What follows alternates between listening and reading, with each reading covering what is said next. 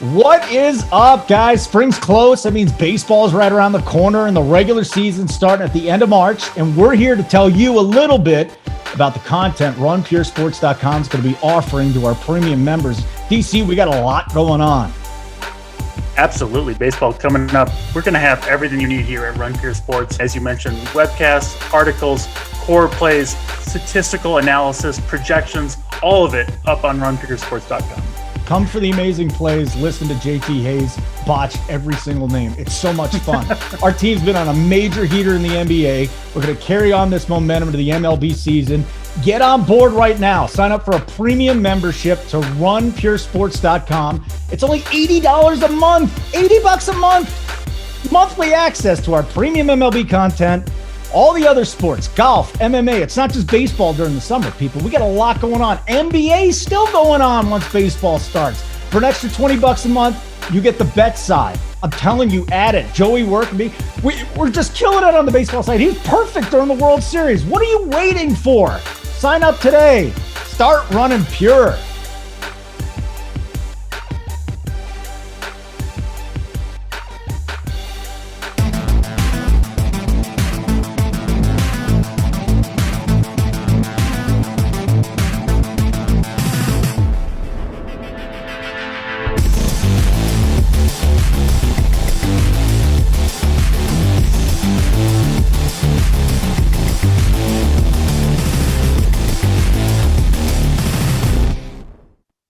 What's going on, everyone? Welcome to the Run Pure Sports Hardwood Show. Here talking some Thursday night NBA action. We have a small 5-game slate, but relatively interesting. We had the NBA trade deadline today, and that will affect some of these teams here tonight. So we'll break it all down. It's going to be a lot of fun. I like these smallish type slates, 5, 6, 7 games. I think are a nice optimal number. I know Big T likes it as well in this range. So we'll go through, try to find some winners.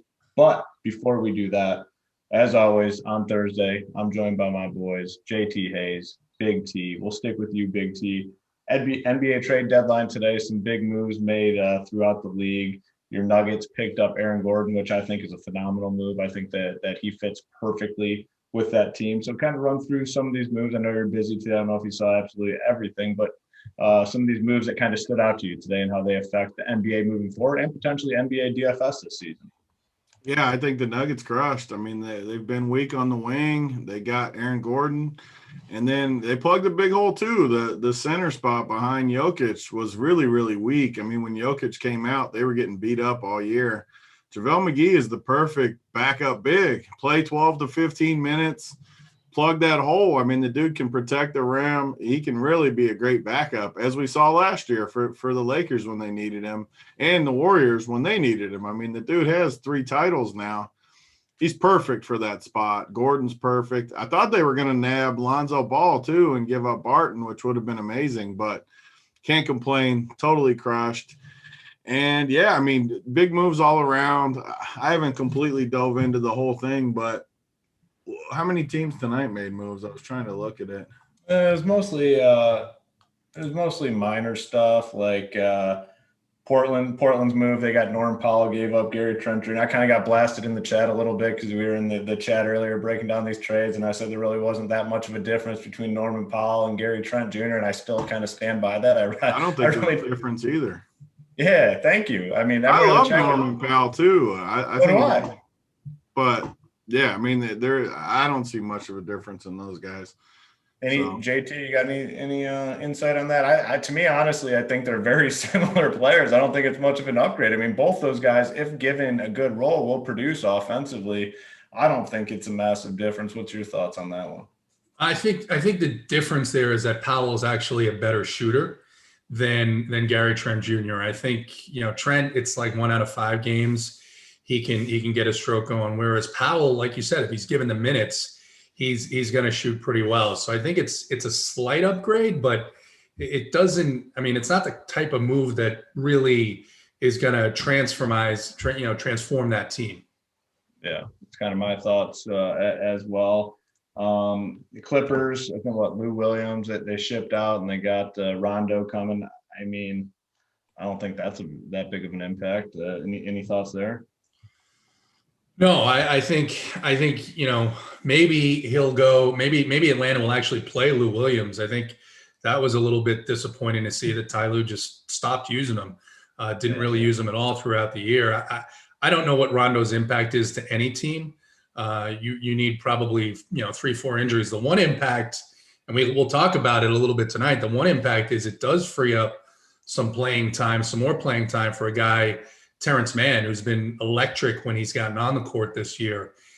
And that's something that I'm pretty happy to see. They've been playing him a lot more, especially the last couple of weeks. And I think that he is the guy that's going to benefit from this more so than Rondo. Rondo's going to be like an 11th guy there.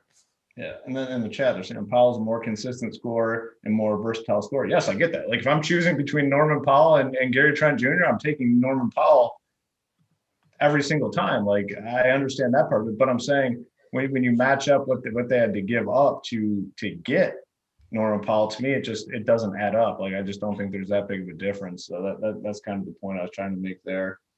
Kings moved a couple guys around. I know Bielitsa's out of town there. I think there's one other move that does kind of impact things here tonight, as they're already running a pretty tight rotation. And you take out a couple of bench guys out of there. Who's the other dude they moved? I can't think of it right now. Corey Joseph. They moved, and they the guy that they just picked up, someone traded this guy. I think his name is Mafundo or something, Mafundo something. And of course, Luke Walton plugged them right in last night for like 5 or 10 minutes, but they released him, so it'll be a little bit tighter rotation tonight for the Kings. Yeah, any thoughts, Tony, on that Kings situation? I mean, no Bielitsa, no Corey Joseph. Doesn't seem major, but those guys were playing a role on this team. Yeah, I mean, it gets rid of a little bit of the traffic, but nothing too clear. I mean, it definitely at least narrows the playing field just slightly, but 5 games late, that definitely helps, but nothing too crazy from what I see. Man, I think the Wizards, they shipped away. I mean, Troy, thank God they got rid of Troy Brown. He deserves a chance somewhere. He should have an opportunity to play. I don't even know I can't remember where the hell he went, but Wizards giving him 0 opportunity. And we saw him last year. Like, he looked pretty solid. So I'm happy for him to potentially get, where did he land? Do you guys know that off the top of your head? Bulls, I think. Bulls, yeah. So maybe he gets a look there. And then, another blockbuster move was the Bulls picking up Vucevic. I mean, it's obviously a good pickup. Vucevic is phenomenal, but does it move the needle? Do the Bulls become a contender? I don't think so. Tony, I mean, any thoughts on that one? I mean, I think it definitely helps, but the problem with the NBA is you need to take a big jump to actually be in that consideration. I mean, by getting Vooch, are they going to be able to beat a team Durant, Harden, and Kyrie? I mean, I don't think so, but it definitely, I mean, it doesn't hurt them, put it that way. It at least gets them a good, solid team with the chance to compete. Not every team can compete for a title. Not every team has these studs that are going to be able to get them all the way to the top. I know that's how the era is right now, where it's championship or bust. But some teams just have to be the 3rd or 4th best team in the conference and with no chance to win the title. That's just how it goes. Yeah, that's kind of where a lot of these teams fall, to be honest with you. I mean, you can make all the moves you want, but you're probably just not going to be a contender. I mean, what could the Bulls do? Like, there's nothing they can physically do to get over that hump. You might as well just be a solid team like that. I think they are. Well, then they turn around and they flipped Wagner over to Boston for Daniel Tice. So this is a team that couldn't rebound at all, and now they picked up Vuk and they picked up Tice, and you've got Thad Young already there. Obviously, he's probably going to come off the bench now, I would expect. So they did address a need, but it really doesn't give them another dynamic scorer outside of, if you consider Levine a dynamic scorer. He wasn't very dynamic last night for us, but I think they upgraded, but it's maybe enough to get him into the postseason, but certainly not get him into championship contention. We just got some major news for the slate. Goran Dragic and Jimmy Butler both out. That is slate-changing news and something that we'll obviously be breaking down. That is the second game of the slate, so we'll address that when we get there. Any final, JT, I'll go to you first. Any final takes on those deadline moves? I think someone in chat was asking if Miami was the winner. They got Oladipo. He adds to an already crowded guard situation there. They really didn't. They didn't get rid of anyone on the guard side, but I think the big winner today was Denver. I think Denver got more athletic. I think they got a lot more difficult to deal with. I think they got Jokic some help. He might not have to play, 38, 39 minutes every night. You've got JaVale McGee that can come in and spell him for 5 to 7 minutes at a time. Really, really fantastic moves for that team, especially if the Lakers are going to be are still going to be fighting some injuries going into the latter part of the season. I think it could secure them the 1 seed and give them the upper hand coming out of the West.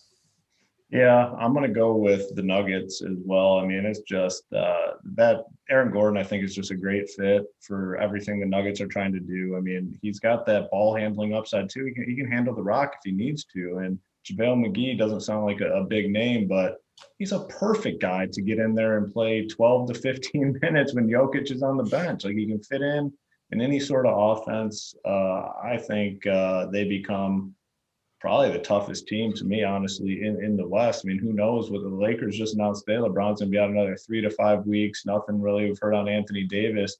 I think the Nuggets become the top team, honestly, in the West. Big T, your final thoughts?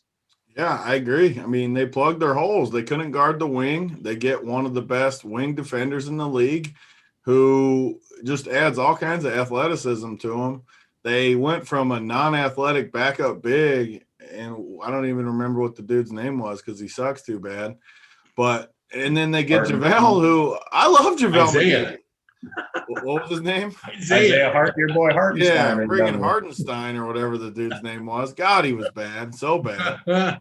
And I mean, JaVale McGee used to be in Denver. I always have liked JaVale McGee. Yeah, he's not going to play 30 minutes. He does some dumb stuff when he's on the court. Shaq makes fun of him, Shaqing a fool. But the point is, he is super, super athletic. He's more athletic than almost anyone in the league. And he just plugs those backup minutes from Jokic perfectly, like literally perfectly. If Jokic ever gets in foul trouble, he can come in and eat some minutes. He just literally fits perfect. And Gordon does too. I mean, that starting lineup is nasty. And I think they're the favorite too. I know I'm a Nuggets fan, so I'm probably optimistic. There's a lot of injuries out there. There's a lot of things that have gone the Nuggets' way. They've been deep in the playoffs the last couple of years. Everything's aligned for them to make a run. Yeah, I don't know if they can win in the finals versus a team like Brooklyn, but they got a chance. I'll tell you that much, because those bigs, I don't know what Brooklyn's going to do with their bigs, because Jokic is going to eat versus them. I like it. I mean, either way, they got a chance. That's all you can ask for. Just get a chance and see what happens. Yeah, I mean, it's the same. The wild card is always the same for me with the Nuggets, and it's freaking Mike Malone. And it's been a little covered up this season, and people kind of laid off him a little bit. But man, he made some bad decisions in the past, but he's been better at it lately. So we'll see. It'll be interesting here finish. But I was happy to see that move for sure. I mean, I really like their roster. I think they have a chance to make a big move here. All right, before we get into the games, please hit the like button. Please hit the subscribe button. It helps us to continue to bring you bring you guys this show for free. So hit the like, hit the subscribe. We're aiming for that 500 number in terms of likes at the end of the show. We will be giving away some gear most likely, and then also the 3 plays of the day. Today, you get the Eiffel Tower play of the day, brought to you by JT. You get the Forex play of the day, brought to you by myself. And then you get the Workbench play of the day, brought to you by Mr. Big T. Also, we announced yesterday we have that partnership going with SuperDraft, just announced. It's basically, if you go to SuperDraft, use the promo code RUNPURE, you get a $100 match and a $100 deposit. And then in addition to that, we have core plays, SuperDraft core plays in our core play section of the website. So if you head to our website, check out the core plays. We'll have SuperDraft plays listed at the bottom. So head on over to SuperDraft, use that promo code RUNPURE. It's a little twist on DFS. Basically, it is a multiplier system. So if you want to play all the studs on the slate, like last night we had all the studs, we played them. We probably didn't do all that well because they all kind of busted, which was pretty ironic. But if you can play all of them, you just get a multiplier. So the studs are going to be 1x. If you pick a second tier guy, you're going to get like 1.2x. If you play a third tier guy, 1.5x, and so on. So you can play all the studs if you want, but you're just not going to get that big multiplier. Like I said, if you did that last night, if you played all the studs, you probably finish way towards the bottom of those contests because the studs kind of flopped tonight. And then, tonight we're kind of stuck without the studs. As we dive into the slate, I mean, we've talked about it last couple of weeks. Seems like all the studs are lined up on the same slate. You got Jokic, Harden, Luka last night, all playing on the same night. Tonight we're kind of left without any studs, but this is actually a pretty appealing slate. But before we get into it, another thing I want to talk about is our new section here, the Our Members Win section of the show. So basically, we take a lot of pride, obviously, in the content that we put out. Obviously, we've had a lot of success ourselves. Just wanted to take a minute to highlight some of our members that had big wins as well. And last night we had a couple pretty big hits here. Our boy Vinny Mo 393, he won $10,000 in NBA. And then another guy that got that 5-figure win was Big Shot 1369, $11,500 last night in NBA. So, if you're watching and, you have a big hit and you want to kind of tag us and get a shout out, make sure you do that. Hit us on Twitter and at Run Pure Sports, tag us on that. You can be a part of this segment. So Vinny Mo 393 took down 10K in NBA. Big Shot 1369 took down 11.5K last night on FanDuel. So solid night for the members. Not a solid night for myself though, boys. I took one on the chin last night. Did either of you have any success? Big T, any success for you? I did not. I had a bunch of guys in the Houston game. Yeah. We talked about it a little bit I was on the After Lock show with JSU, the premium show, and we got the news obviously about Harden maybe 15 minutes before the 8:00 game started. And we talked a lot about those value guys, including Chioza. And I know JSU had one. I only had 2 teams. He had 3 teams, and he had one late team where basically fell into the nuts because all the early dudes busted. So he could have easily shipped that Millie. And I don't know. Yeah. I mean, if you didn't have the late guys, you weren't winning last night. I didn't have the late guys, so I didn't win last night. Yeah. AP was kind of on that build too, stacking that later game, that Kings Hawks game. I know he fell a little bit short as well. JT, any success last night?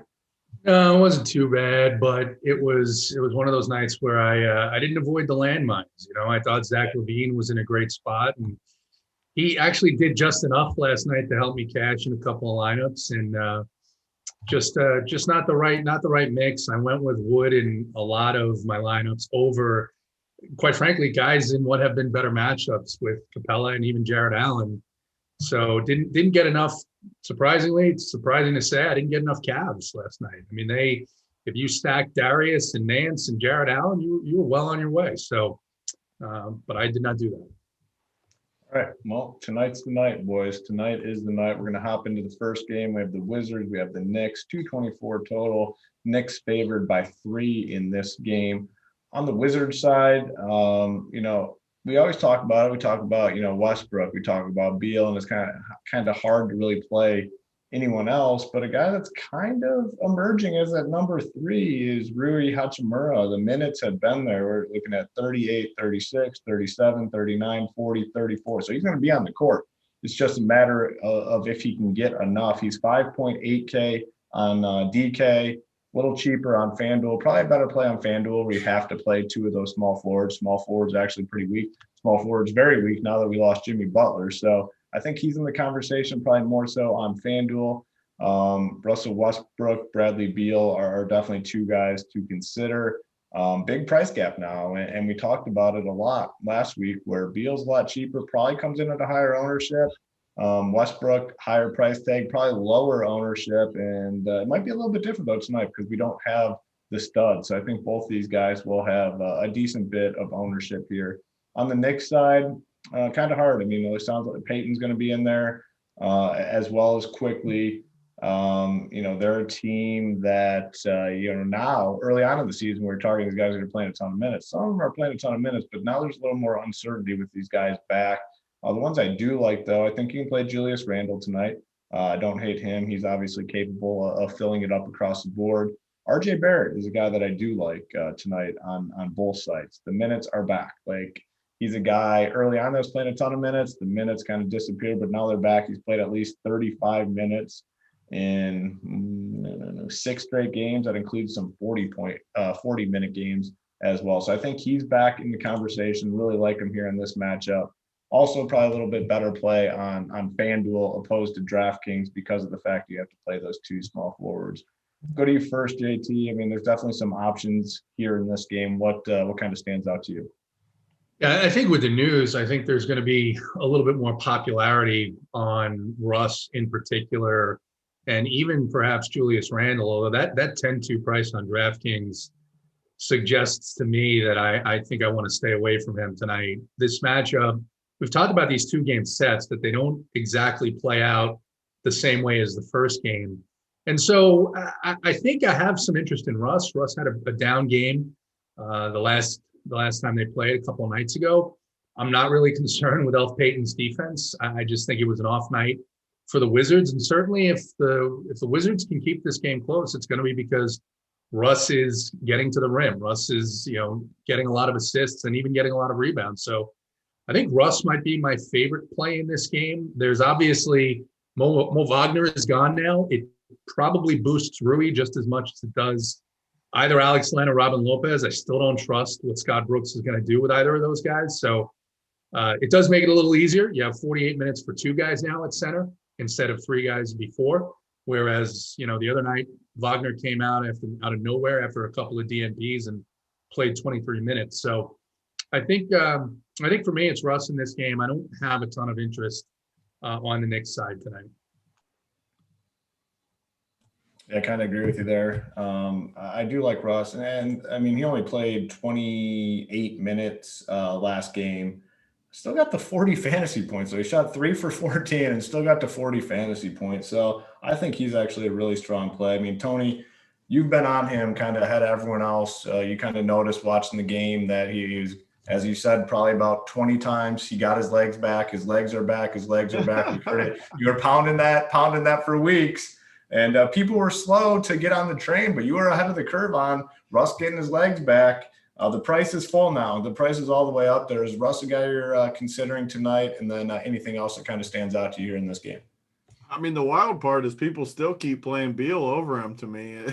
I've been pounding this for weeks, and Westbrook just keeps pounding Beal every night, and people just keep playing Beal over him, which is wild to me because it's going to happen again tonight, I'm sure, just because of the 1,700 price difference. I don't know. Yeah, I mean, I still like Russ. I hate the Knicks, though. The matchup with the Knicks just always lets down, it feels like. I can't remember the last time after a Knicks game I was like, I wish I had more people from this game. It just doesn't happen very often. So I doubt I'll go too heavy in this game. But, yeah, Westbrook is definitely in play, always in play, especially coming off a stinker. I like JT's point.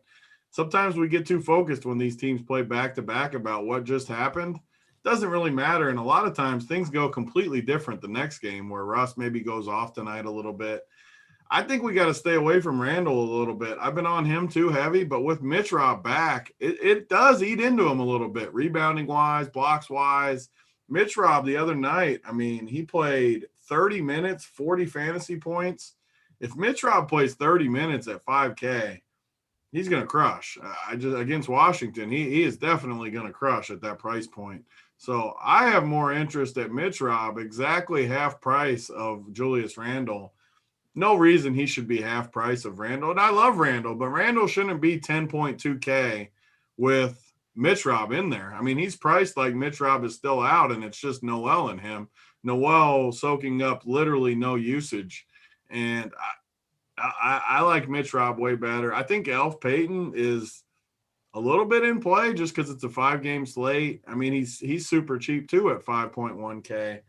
Where, I mean, the other night he only played 20 minutes, but 25 fantasy points. I think they said Bullock is out tonight, so one more guard out. I don't know. I kind of like Elf Payton. And for whatever reason, Thibs just friggin' loves Elf Payton, which is all that matters because if he's going to play him, he's going to have a chance to do good against Washington. So I like both cheap pieces. I can't play RJ Barrett at almost 7K. I do like him. I've played him a bunch lately. But I played him a bunch at 5,800, not 6,800. I think his price is getting a little too high for me. It's the same conversation we've been having lately. Like I want more from my 6,800 guy. So just give me Elf, Mitch, and Russ, I guess, in this game. Yeah, I mean, I kind of overlooked Mitchell Robinson. I didn't realize he played those minutes and had that production last time out. He's a name that he's not showing up anywhere on the projections or anything like that. So he's potentially a low-owned piece for sure. But yeah, That's like saying Peyton's out. Peyton's not out, is he? No. I saw questionable. He's officially. I think Rose might be in, actually. Rose is not. Yeah, I mean, if Rose is in, I definitely don't like Elf. Right. I think they're crowded there. The one thing, because people have been asking about Mitchell Robinson, a couple of guys brought it up in Discord. Great price, 5-1, great matchup. He had 40 points against this team the other night. He's just been so inconsistent. It would not surprise me if he comes out and gets 2 fouls in the first 6 minutes, has to sit a bunch. And we've got other centers out there, right? We've got the Miami news. We're going to want to play Bam. Right? We've got a couple of other spots that we could talk about. He's going to be low owned. I just worry so much about his inconsistency. The issue, the big thing for me with fouls is like, I don't know if Washington really has a post guy that's going to get him in foul trouble. Yeah. I mean, it could be right. Could be right. Yeah, certainly. I mean, it's we have 5 games. So, I mean, that's why we're kind of breaking all this stuff down. There's only 5 games, kind of smaller slates. All these little tidbits are super important. But yeah, Elf is probable. Rose, they have listed officially as questionable because of conditioning. So maybe monitor the news on that. I mean, they could be really crowded at the guard position. So that's definitely something to keep an eye on. Up to lock. Next game got major news, obviously. Portland and Miami, 217 total. Miami favored by 2. Obviously, Jimmy Butler and Goran Dragic out. Completely changes the dynamic of the slate. I mean, this goes from a team that probably wasn't on the radar all that much for DFS purposes to the most popular team on the slate by far. They only have 9 bodies, and a couple of these guys obviously won't play all that much. You're looking at Nunn, Hero, Duncan Robinson, Bam. Those are the key guys. Trevor Ariza is back in our lives, boys. He's 3.1K, and he's going to be forced to play some minutes here. Definitely an interesting value play. On the Portland side, they will be obviously without Gary Trent Jr., who was involved in that Norman Powell trade, basically a straight up swap as far as I'm concerned, 2 equals exchanging spots. But, a lot of people have different opinions on that. The one thing that stands out to me, though, on the Portland side is CJ McCollum got right back up to his minutes, 38 last night. Or was that 2 nights ago? 2 nights ago, 38 minutes. He's back to playing normal minutes. And, this is a situation where I might be looking to get ahead of the curve. He's only 7.2K on DK, and people are always hesitant to play these guys that get back from injury. No Jimmy Butler. The matchup got a little bit easier for him as well. So CJ McCollum is someone I'll be looking at a little bit tonight. Dame Lillard, with McCollum back, hasn't had any of those monster games. I mean, he hasn't hit he hasn't been over 45 fantasy points in 4 straight games, and the price tag's still full, at least on DK at 10K. On FanDuel, it's a little cheaper, 9.4K. Curious to get your guys' take on him. Ennis Cantor, I think, is a boomer bust play. He had a monster game last time out, 55 fantasy points. But prior to that, 2 games under 25. So I think a good, solid GPP option in tonight's game. But there's definitely a ton of plays here. Miami is going to be very popular because of Butler and Dragic out. They only have 9 bodies, really only, 4 or 5 guys that are going to get a big chunk of the minutes. A couple of these guys on the bench, there's just no way they play a ton. Go to you first, JT. How are you breaking down this Trailblazers Heat game?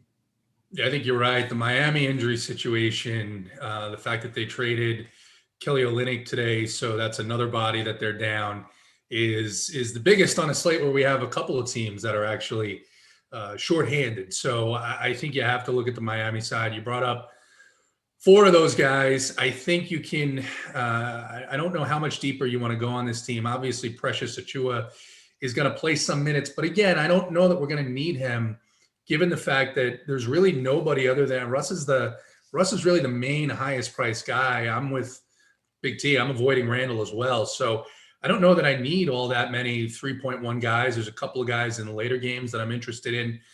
So I think you can look there. On the Blazers side, it is interesting that by trading Trent and of course Rodney Hood, who could forget about Rodney Hood? So they traded those two guys. That means the three guards they have are Dame, CJ, and Anthony Simons. So if you look at it, I could see a scenario in a close game where both Dame and CJ play 40 minutes apiece and Simons plays 20 minutes. If Portland somehow gets ahead and is able to put this game away early, although the Heat have played well without these guys, then I could see them back off, but I still see a scenario where they play at least 36 minutes apiece. So it does interest me in those guys quite a bit. Enes Kanter's last game was against Brooklyn. I'm going to throw that out the window and expect that he comes back to earth tonight, especially in this matchup with Covington there to soak up some more minutes. I think Covington at 5'7" is the other guy that perhaps I'm mildly interested in, but I just don't know that I'll get there in the builds. Gonna have some breaking news here. K Fallick in the chat said his charts are posted in Discord. His charts are posted in Discord. So get on over there, check out those charts for the Heat. Very valuable information, which I guess technically is part of the premium product at Run Pure Sports. Since their Discord is part of the premium. That's another reason to become a member at Run Pure Sports. Get those K Fallick charts. I want to get a shirt made so bad with the chart man get paid and his mug on it. Like, I want that so bad. Oh, we got a guy that's going to be working on some of the graphics for some T-shirts and some of our sayings. So that's got to be at the top of the list. I'm going to wear it on the show too. I can't wait. Like, I want that shirt so bad. Just his mug right in between. At the top, it'll say like chart man and then his big mug. And then it'll say get paid right below it. I love it. Hey, if you want the charts, Heater 25, it's only one more week. The promo Heater 25 only lasting one more week, gets you 25% off your first payment at Run Pure Sports. Once baseball hits on Thursday, it's done. Too good of a value to go with baseball, right, Tony? I mean, MLB and NBA going, we can't keep this thing going once baseball starts. I already say this all the time, and that's before baseball. But you're paying one price to get every sport. I mean, Susie's crushing tennis. Steve's crushing college basketball. We got NIT starting in 15 minutes. If you want to play NIT tonight, hop on over there. Check out the college playbook. Well written. We got every damn sport. DC and JT and Uncle T starting to take over the baseball stuff next week. You're paying one price for everything, and you get the bet side on top of it. I mean, eventually it's going to go up. We've already talked about this. Take the discount out of it. We've charged $80 since we've opened. Eventually that thing's going to go up because we're giving too much content. Once you're in there, you're locked in. Now you got the discount on top of it. It's just too good of a price. Like, it's too good. Yeah. So pandemic pricing is what it is. Pandemic pricing has to end once everything opens up, right? It's true. Yeah, there's no doubt about that. $80 for every, and it sounds like I'm like talking up our own product, and I am because it's our product. But like, even if I wasn't, you could pay $100 a month, get all the bets content and every single sport DFS wise with people that are proven winners. Yeah. It's just too cheap. Yeah, I mean, and honestly, when we have two of these big sports, daily sports going at the same time, it's going to be the best value by far, starting next Thursday. I mean, you're literally getting two main sports. We're going to have everything covered. Obviously, the core plays are very popular. You get the core plays from all our main contributors. You get the Discord chat where, we have our contributors, guys like K Fallick, who are just in there non-stop all day, just answering questions. I mean, just the conversations, the playbooks, the tiers. I mean, everything included, one price. I know I say it all the time. You guys are probably sick of hearing it, but these other sites, once baseball starts next week, you're going to be paying them another $200, $250. We saw, some sites charge $500 for NASCAR. We have our NASCAR team is phenomenal. Coop just kills the NASCAR stuff. Tennis, like you said, Susie, we had a GPP, it was last night or the night before. First place, second place, third place, all Run Pure Sports. So yeah, head on over to Run Pure Sports, Heater 25% off your first payment. JSU holding after us, that's part of our premium product right there on the website. You get to see them break it down. They do a phenomenal job of breaking down the news and notes of the slate. And this season, that's been super important with all the injury news, all the rest, all the stuff related to COVID for the NBA. So head on over to runpuresports.com, Heater 25, You got one more week to use that promo code. All right, next game on the slate is the Clippers and the Spurs. It's a 222 total. Clippers favored by 6 in this game. And I believe this is a run back game, right? This was played last night, correct? Yep. Yeah, so this is a run back game played last night. On the Clippers side, they're going to be without Lou Williams. I mean, Lou Williams hasn't been doing a ton. I know, some people last night were on Terrence Mann. What did he end up? Did he treat us well? Not really. 24 minutes. I mean, he was 3,300, so he didn't kill us, but he didn't go off. Yeah, but probably back in the conversation potentially again tonight. Nicholas Batum is cheap. I think he's a value you could consider. Playing about mid-20s in terms of minutes. I don't know, man. These studs for the Clippers just seems like they just disappoint and just don't get there. I mean, they're popping, but I'm inclined to potentially be off these guys tonight. I'm curious to see what you guys say in regards to that. Zubac is the one guy that I do have a lot of interest in for the Clippers. 32 minutes last night, 30 fantasy points, 31 fantasy points the night before. If he plays decent minutes, he's probably going to get there. His price has remained pretty much unchanged. That mid-5 seems like he's been in the mid-5s forever. On the Spurs side, I mean, they're a team that we really just haven't been playing all that much, and we've kind of been on the right side of it. I know Kay Fallick will most likely object to some of our Spurs takes, but I'm really not going to be playing these guys all that much tonight. The one exception, though, is DeJounte Murray on FanDuel. He's 6.7K. I think you can play him at 6.7K on FanDuel. But outside of him, I don't have a ton of interest in the Spurs. So my favorite guys would be on the Clippers side. Batum is a value, maybe Mann and Zubac. And then DeJounte Murray on FanDuel. Big T, we'll go to you first. What are your thoughts here on this Clippers-Spurs game? Yeah, another night last night. Faded the Spurs. Worked out nicely. I'm just gonna keep not playing the Spurs, and I'm just gonna take my chances. The team has literally 10 dudes that are gonna play minutes. I don't see upside really anywhere, especially against a team like the Clippers. I know it's only a 5-game slate. I'm just gonna keep fading the Spurs. I haven't regretted it very often, if ever. I don't think I'm gonna regret it again tonight.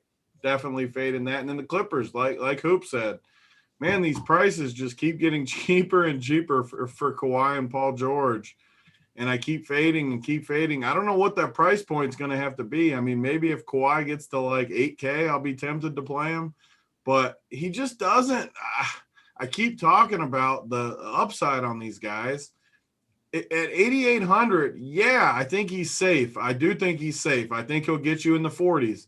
But is that enough for you? You got to ask yourself that. JT is a tournament guy. We'll see what he says in a second. For me, if I'm paying an 8,800 guy, I want 60-point upside, and I don't think he gives you that. I do think he gives you safety, so it all depends on what you want. If you want a safe cash play Kawhi, play Paul George. I just don't see the upside, and same with Zubac. 5,600 now. Yeah, he keeps hitting 30, but is 30 good for you? I feel like maybe Crane had some insight back in the day when we made fun of him, because I don't want 30 for 5,600. I just want the feeling of upside. Like, I don't think Zubac ever gets me like 45. I just don't.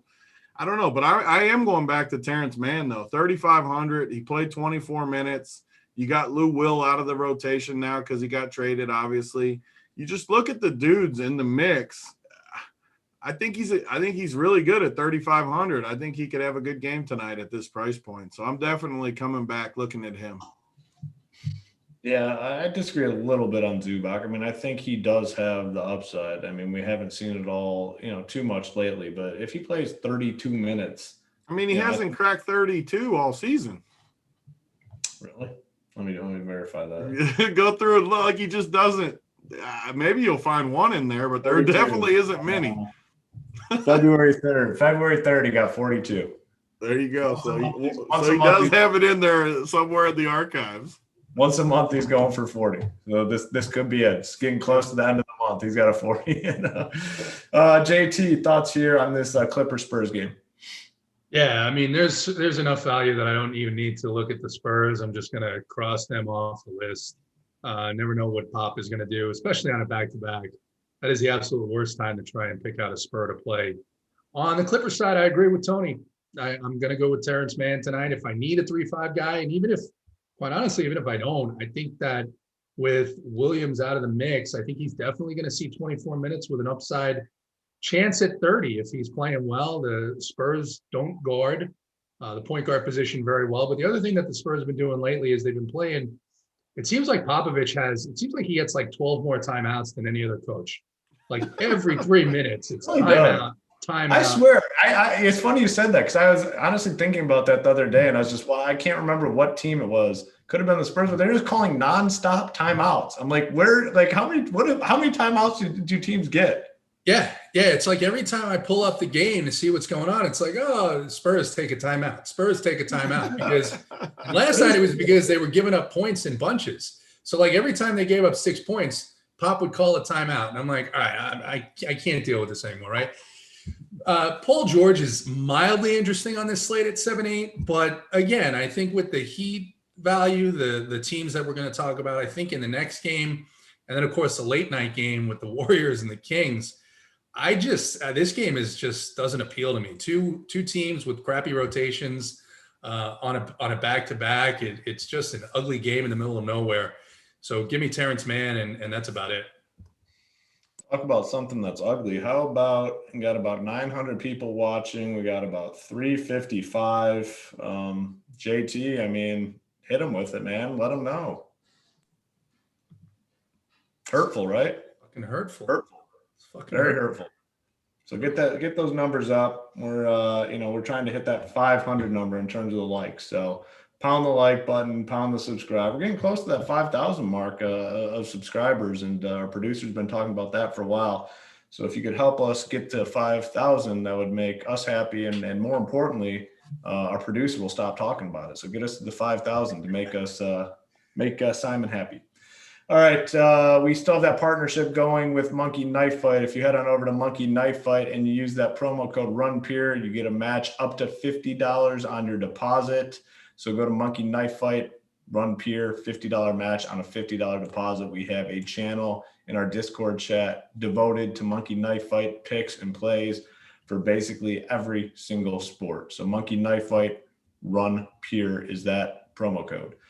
2 more games on the slate. JT, you touched on this one. The Warriors, the Kings, 226.5 total. Sacramento favored by 2.5. Had some injury news pop up in regards to this one, and it was Draymond Green downgraded to questionable, and that's pretty significant because if he were to miss, Wiseman would get a bump. Kelly Oubre, I think, would get a bump, potentially even Andrew Wiggins, who's always up and down in terms of production. Then on the Kings side, we talked about it. They lost a couple rotation guys as well. Bielitsa was traded and Corey Joseph was also traded. They're a team where their guys have been playing a lot of minutes, so that will even further stabilize the minutes for basically all their starters who are playing high 30s. So this is definitely going to be a team to target. If we get that Draymond news, this game could potentially turn into the nuts. JT, I'm going to stick with you. Kind of talk to me about this Warriors-Kings game here. Yeah, I think Wiseman at that price is interesting against a team that has had a really difficult time guarding opposing centers. We saw it with Capella last night. We saw it with JaVale McGee actually the other night when they played the Cavaliers. So I think he's interesting. I think Oubre still at 6'2" is interesting, and pains me to say it. I feel disgusted saying it, but I am interested in Andrew Wiggins at 6'7" in this matchup just because of the pace, because of the fact that he's going to have to be more involved in the offense. He may not be interested in doing so. That's always a risk with Andrew Wiggins. Clearly, Draymond, I don't think Draymond has any interest in playing in these games. I wouldn't be surprised if he is a more frequent rest candidate. So I would expect that he sits, and then it'll be interesting. I guess we'd expect Pascal to perhaps get the start for him. So interesting. I don't know how deep you want to go on the Warriors, though, because Kerr can be a guy recently who will give these backup guys, 20 minutes apiece and kind of spread the time around. On the flip side, the other side, you talked about it, right? The Kings are down a couple of bodies, a few less toys for Luke Walton to get excited about trying to get 5 to 10 minutes out of. De'Aaron Fox's price went down on DraftKings to 8.7 in a fantastic matchup. I like him. even Harrison Barnes is interesting at 6'3" in this matchup. And then Hassan Whiteside is going to have to play, I would say, 24 minutes at 4K on DraftKings in a matchup where centers have been doing really well because they're taking advantage of Wiseman. So I think there's a lot of plays in this game that you can go to. It's I mean, from an NBA basketball perspective, I mean, it's not my favorite game, but from a DFS perspective, I think there's a lot of opportunity here for us tonight. Yeah, absolutely agree with basically everything you said. Big T, go ahead and break down this one for me. I mean, I think there's a lot of plays. It might end up being a popular spot, but I think there's some gems in here as well that you could potentially target. Give me your breakdown here. I mean, first of all, I didn't even realize it, but the chat is rioting over me not talking about the Heat game. I must not have talked about the Heat game when we were on it. We got on the rampage about the pricing. I don't think we went back. Now we need 500 likes for me to circle back and give my analysis of the game. So hit that like button, and I'm going to circle back in a minute. The only way we're going back. Did you really not talk? I thought we. I must not have, because the chat's like rioting in there and then I thought about it, and I don't think I did. So I don't know. Hit that like button. I'll circle back here when we're done with these late games and talk about it. But I like the two young guys for Golden State. Sacramento, I say it every show we do it with Sacramento on it. They're the worst defense in basketball as far as fantasy. They give up so many easy buckets. Happens every night. And Jordan Poole, 6,100. Man, he played 38 minutes again last game, 38, 34 the last three. When you look at his price, it feels heavy, but I think he could get us like a 50 piece if he plays 38 minutes again in that range, which I think he will. There's no choice, really. Yeah, he's just going to have to play, so he's going to smash. I love him in the late game. And then Wiseman, 4,800. He's one of the reasons that I would have a hard time playing Zubac, just because I'd rather play Wiseman for cheaper against Sacramento. And then the Sacramento pieces, I mean, you guys broke it down. These five, the five starters are going to play 35-plus minutes, and if they do, they're all solid. The problem is they kind of take away from each other a little bit to where they're just solid plays. Like they're going to get you in the 30s. I don't know besides Fox maybe gets you a little more, but its price is higher too. I don't know. Like they all hit like 5X tonight, if you want to say that. They're all in that range where they're solid. They're great filler plays. If you fall on Halliburton for your last play, I think that's good. I think he's a good play. I think Buddy's a good play. I think Barnes is a good play. I don't know how many you want, though. Like, I think you only want maybe one or two just as straight fillers, just as a guy to plug in and get you 35 fantasy points. So, I don't know. I'm not in love with them. I basically agree with what JT said as far as that. But Craig L says Big T still hungover. I definitely don't feel good still from the weekend. No, seriously? I'm hurting. Hopefully we didn't have like a super spreader event at my house. Oh man. But yeah, well, I mean, the thing is, like, the one thing that people don't understand, like, you're not a massive partier. Like Big T will get, when Big T gets after it, he gets after it, but it's not like you're frequently going out and getting effed up, you know? It's not a weekly activity for sure. Yeah, so you're paying the price. I mean, you're paying the price. I mean, yeah, it did take me a couple days. I mean, but you went a couple more days. I mean, you had to host Title and Mangone for another like 36 hours after I left. Yeah. Finally sent them back. Talk about are we at 500 yet? Are you allowed to talk about that game? No. I said we'll let JT still. Or no, JT already talked to. See, now we're going to talk double about games since we forgot the Miami game. We'll get to 500. But we got to get to the 500 before you're allowed to talk about the Heat. If you don't get to 500, you're not speaking about. It's funny we skipped over it. All Miami Heat guys are not eligible for workbench play of the night. Don't get to 500. The best part about skipping the Heat too is it's clearly the best spot of the night. And just didn't even talk about it. I thought we had an open conversation about it, but if I trust the chat. If the chat said you didn't get a chance, I don't think I talked about it. The chatter, if nothing else, excellent record keepers. Yeah, that is true. All right, last game of the slate, we have the 76ers, we have the Lakers, 215.5 total. Philadelphia favored by 6. And in this game, we have Danny Green, I believe, listed as questionable. Seth Curry also listed as questionable. Kind of big news on the slate. I mean, if both those guys were to miss, I mean, you could see Korkmaz popping up. You could see Shake Milton potentially getting in the conversation. Thibault.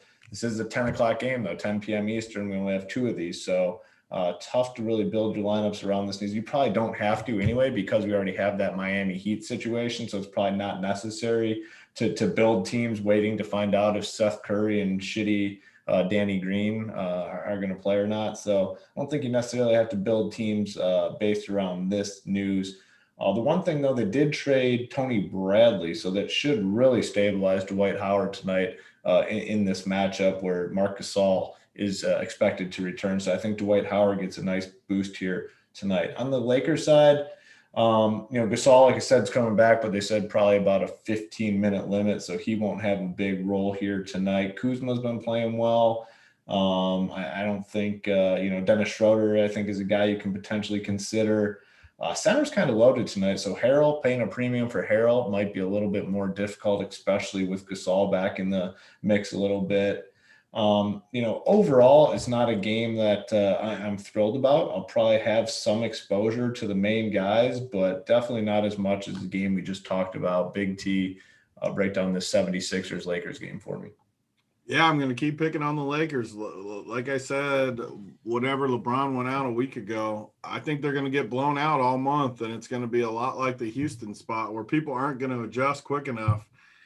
And they're just not going to stop people, which brings people like Ben Simmons into play that no one is going to play. And I think he's super sneaky tonight. I don't think he's going to be very high owned at all in this spot. Tobias too, Dwight Howard too. I love the Dwight Howard call where I just don't think anyone's going to play him. And you get just an extra little boost against his former team where I think he's very, very sneaky tonight. I wish Marc Gasol was out again just because he's a big body and they don't have a big body besides Marc Gasol. So as crazy as it sounds, I think he's super dusty, but he has to at least help a little bit just because they have no big bodies in there where he at least can bang with Dwight a little bit and slow him down just a little bit. But like him, man, and if you want to bet, I know yesterday on the show, once that news hit, I said, bet any amount you want on Utah because they're going to win by as many points as you want. I think Philly, I mean, the spread right now, I'm looking at it, only 5.5. Are you kidding me? Like Philadelphia, this Lakers team is going to get ripped all month. Just keep betting against them and you're going to make money. So definitely give me Philly. Lakers side, I'm going to keep fading. I just don't believe in it. Montrez is 7K. Schroeder's 68. Kuzma's 69. Horton Tucker, 56. These prices are too high, especially against Philly. I don't see any reason. I mean, are these ownerships serious? Montrez and Schroeder are supposed to be 25%. There's no way that's real. I hope it's real. Are those guys in play? I don't think that's inaccurate. Center's actually pretty loaded up. Like we have a lot of center options. I don't see those guys getting up to that range. I could be wrong though. I mean, I've been wrong. Hopefully they are, because those guys are bad plays, I think. Yeah. JT, thoughts here on this 76ers Lakers game? Yeah, no, I agree. This Lakers team is awful, and they're giving up a ton of fantasy points. So I like Ben, I like Tobias, and I like Dwight Howard. Those are basically the 3 guys I'm looking at in this game. On the Lakers side, they're all priced up. They just came out of a matchup with the Pelicans. So because of that pace, they all hit their value. And I think both sides bumped their prices up a bit. So I don't even really see a need to talk all that much about the Lakers side. Yeah, I agree with you. We got to that 500 number. So Big T is allowed to break down the Heat Trailblazers game. Sorry that we excluded him from that conversation. It was a oversight by yours truly. We'll make sure it won't happen again. I like to stay on the good side of the chat, always about the good mojo. So I apologize, Big T. Actually, before you talk about it, JT, can you find, we got to the 500 number. So can you find me the winner of the gear? Oh yeah. Yeah. So find us the gear winner. Big T is going to break down the Heat game. He's now allowed to break down the Heat game. And then we're going to go into the plays of the day. So Big T, thoughts on the Heat Trailblazers? Yeah. So the Heat, the funny part about not talking about it is it's the best spot of the night for sure. Chalky spot of the night. In a spot me and Hoop have kind of pounded for years where you just play these guys and you just take your chances that they'll have enough. The prices are very, very low. I mean, Bam, 8K, Hero 54, Nunn 46, Ariza 31. Those guys are just too cheap. I mean, they're way, way too cheap. So you just play them and you figure the rest out after. I mean, they're gonna crush for you as long as something weird doesn't happen, like a big blowout, which could happen. I mean, you never know in these spots, but whatever. I'm gonna play these guys. Even Ariza, I don't see how you don't play Ariza at 31. I know a lot of people are going to be a little cautious with Ariza. Like maybe he doesn't get the ownership he should. I think he's just a total lock at 3,100, like just a mortal lock. Like I'm just playing him. I give the same speech every day. If he gets me 14, it's not going to end my night. I promise you it's not going to. But if he gets me 27, you're going to need him at 3,100. So play him. The guy I'm always going to fade that will get ownership is Duncan Robinson, 4,500. I'm never playing shitty-ass Duncan Robinson in his jump shot. If he hits 9 threes to beat me, so be it. Hit 9 threes, big boy, and take me down because that's the only way you're going to beat me. I am not playing Duncan Robinson. I'm not playing Iggy either. I'm not playing any of these other dudes. I'm just going to play the 4 guys that I know are going to crush, and I'm going to move on. And I think it's very, very simple that way too. I'm not even really tempted. I mean, I guess you could say I'm a little for Precious maybe just because he's 3K. They don't really have any bigs behind Bam.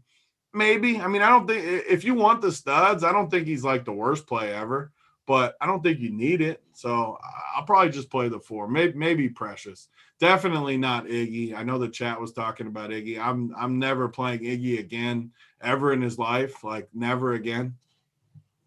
Yeah, I mean, that's the reason why these other guys are in such a great spot. Like, they're not going to push Iguodala, like, to play a ton of minutes. Like, it doesn't matter. They're not going to push Gabe Vincent to play a ton, Max Struss. Like, these bench guys are not going to play a ton. And I actually kind of do agree with you on Duncan Robinson. What it takes for Duncan Robinson to beat you is him to get blazing hot from behind the three-point line. So those other 4 guys, though, are just phenomenal plays. But everyone knows that, and everyone's going to play them.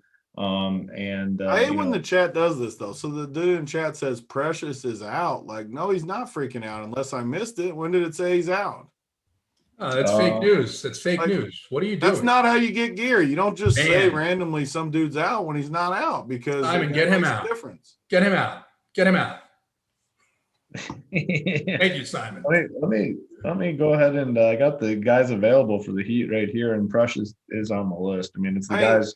It's Nunn, Hero, Robinson, Ariza, Adebayo, Gabe Vincent, Struss, Iggy, and Precious. So Precious is in. So I want to. You've been talking about this, and by the way, K-Phalic's chart is honestly, it's the opposite of hurtful. It's beautiful. It's lovely. He's talking about Gabe Vincent. Guys in there are talking about Gabe Vincent. He found a comparator from, I guess, about a month ago.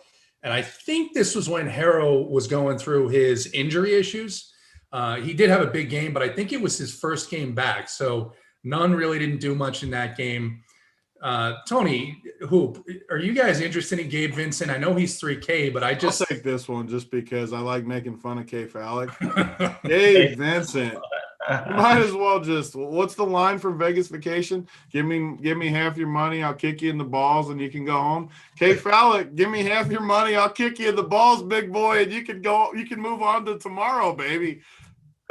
Don't play Gabe Vincent. Are you kidding me? Yeah, I mean, what's for me, I'm not going to be on them either. I mean, there's stable value like all over the place that I feel is going to crush. I just don't see the need to take the chance on Gabe Vincent, but that's just me. There's always tomorrow, K-Phalic's what I like to tell him. There's always tomorrow, big boy. All right. You guys should be happy now. You got the Big T breakdown of the most popular game of the slate. We almost left you hanging dry on that one. Thank God we did not. All right, JT, do we have a winner of the gear? Yeah. A guy in chat actually made me laugh out loud for 2 reasons. One, were talking about, Tony talked about being worried about a super spreader event. And then he piped in, he said COVID party, which made me giggle. Hopefully it was not, and we'll all be alive in 2 weeks. But his name is Sleepy Joe. So I just think you got to give Sleepy Joe the gear tonight for coming up with that. Sleepy Joe, the only thing that was spreading at the only super spreader we needed to worry about at that event was G Risen and the scent of G Risen. That was the only thing that was super spreading over there. Hopefully. All right. So Sleepy Joe, you've won the gear. Hit up BigT or info@RunPeer Sports, and we'll get you something shipped out. Sleepy Michael Joe. Malaric and these dudes in the chat. How is Iggy different than Ariza? Well, slide in my DMs and find out. We'll make a wager. I'll take Ariza, you take Iggy, and we'll find out what the difference in the two is. Nice. Yeah, I tend to agree with you on that for sure. All right, going back to Mr. JT Hayes for the official Eiffel Tower. By the way, the Eiffel Tower is my favorite play. My favorite name of any of our plays, the Eiffel Tower. So JT, give us the Eiffel Tower play of the day. Yeah, I mean, listen, I got to give Simon credit. As I told you guys, I'm pretty innocent. I had to go look up what it was. I was a little bit horrified, but, it's grown on me a little bit, and I like it now. So we talked about this. I'm going to stay right in that Miami-Portland game. There's going to be so much focus on Miami that I think people are going to lose sight of Portland, and they're down bodies as well. Gary Trent was playing close to 30 minutes a night. Rodney Hood was playing maybe 10 to 15 and sucking very badly, but he was still on the court for 10 or 15 minutes. So it's a guy, Hoop, that you brought up, 7.2K on DraftKings. He is Kathy Andrews' son. She moved to him to be with him in Portland. I'm good friends with her. It's Christian James McCullum tonight. Christian James, I like it. Is that official, or is that? That's official. You can look all that information up. All right. I love that play, and I hope people don't realize that the minutes are kind of back to normal. So I love that play. Ken Sprague in the chat. The only thing spreading was the heater, and that is true. Big T did spread the wealth with the heater. Spread it to me, and I do appreciate that. Big T kind of put, he said, you know what? I've had enough. I've had enough of this. Friends, here you go. Enjoy. Ken is right. The heater was spread at that event. So that is very kind of the host to do that to his guests. All right, now it's time for the 4X play of the day. And this play was locked and loaded even before we came on the show. I knew I was going this route. I was not planning on going anywhere else with the 4X play of the day unless some major news broke. And yeah, we did get the news with Butler and Dragic. We love all those Heat guys. But the 4X play of the day is Kelly Oubre. Really like Kelly Oubre tonight. Could get a nice little boost as well with Draymond Green if he does sit. Draymond's questionable, but really, really like Oubre in this spot against the Kings. So give me Kelly Oubre as the official 4X play of the day. All right, the moment you've been waiting for. We're going to go to Mr. Big T for the workbench play of the day. Who do you got for us, Big T? Yeah, there's only one option again tonight for me. He's going to be a little higher owned, but again, it's a short slate. And who knows? He might even end up lower with all this news with different guys being out and stuff. But he's literally the only option for me because I think he's got a ton of upside. He's my favorite play on the slate. And I give enough 2% owned plays. This is just going to be the best play and a guy I'm going to have on all my teams. But Jordan Poole, 6,100. He's going to get us a 50 piece for 6,100. And I love him tonight. I think he's going to crush Sacramento. I hope the news gets people off of him a little bit because I think he was going to be owned pretty good. But even if he's like 20%, 25%, I think that is way too low against Sacramento for a guy that could play 38 minutes. So sign me up. He's going to get us a 50 piece. Yeah, what I was going to say, I was trying to interrupt you, but you wouldn't let me cut in when you're breaking this game down. I didn't even hear you. I was on a roll. But 16 shots, 15 shots, 21 shots, and 16 shots for Poole in his last 4 games. So he will be chucking. So I do really like that. Is he in play for cash? Yeah, I mean, I think prior to the news, he would have been, a staple, but now you have that Heat news. And I think it does bring down his ownership in all formats. So Poole obviously will be in Big T's core. If you want the rest of his core tonight, head on over to Run Pure Sports, Heater 25 on DraftKings. It's five plays on FanDuel, 6 plays. So this is just one portion of Big T's core. You go on over to runpuresports.com, Heater 25, the rest of the plays. And in addition to that, you get access to all our people in the Discord chat as well. Heater 25, like I said, one more week. Next Thursday, it's gone. Best value in the industry by far. And I'm not bullshitting when I say that. You can ask our members. Their success has been off the charts. Once you sign up, you'll see what it's all about. We feel very confident in our product. So head on over to runpuresports.com, Heater 25 to get that 25% off your first payment over there. Well, that's going to about do it for us. We have JSU and Holden taking you up to lock, part of our premium product. So head on over and check those guys out. Do a phenomenal job of breaking down the news and the notes of the slate. Like I said, we're going to get on out of here. So for Big T, for JT Hayes, I'm Hoop. Good luck tonight to everyone in your contest.